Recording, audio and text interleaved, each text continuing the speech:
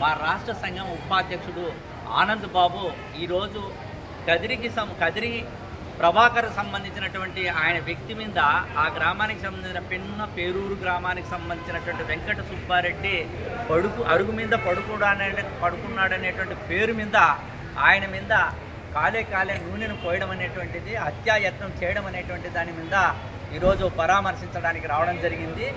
వాస్తవంగా 75 సంవత్సరాల స్వతంత్ర కాలంలో కూడా దళితుడు ఒక అరుగు మీద కూర్చోవడానికి కూడా అర్హత లేనటువంటి పరిస్థితుల్లో ఈ రాజ్యాంగాన్ని పాలిస్తున్నటువంటి పాలకులు చేస్తున్నారనేటువంటిది కనపడతా ఉంది.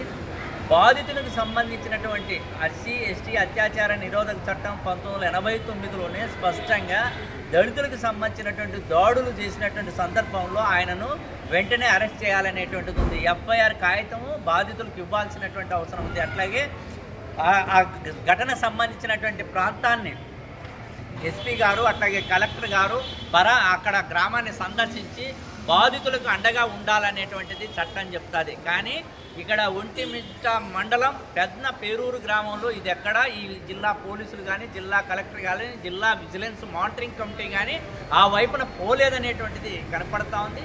అట్లాగే బాధితులకు సంబంధించినటువంటి భార్యను కూడా విచ్చలవిడిగా ఈ ఇష్టానుసారం తిట్టడం అనేటువంటిది జరిగింది. ఈ రీత్యా ఎస్సీ ఎస్టీ అత్యాచార నిరోధక చట్టంతో పాటు హత్యాయత్నంతో పాటు మహిళను కించపరిచే పద్ధతుల్లో అవమానపరిచే పద్ధతుల్లో అత్యాచారానికి సంబంధించినటువంటి కేసుకు సంబంధించి కూడా దాంట్లో యాడ్ చేయాలనేటువంటిది కుల వ్యతిరేక పోరాట సంఘం కోరుతా ఉంది.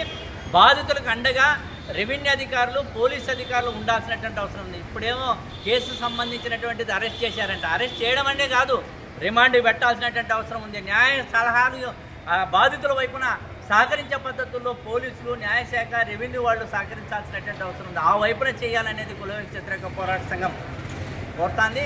ఇప్పటికే రాష్ట్ర వ్యాప్తంగా కేవీపీఎస్ ఈ బాధితునికి అండగా ఉండాలి, అట్లాగే బాధ్యులైనటువంటి వాళ్ళ మీద చట్టపరమైన చర్యలు తీసుకోవాలనే రాష్ట్ర వ్యాప్తంగా కుల వ్యతిరేక పోరాట సంఘం నిరసన కార్యక్రమాలు చేపట్టింది.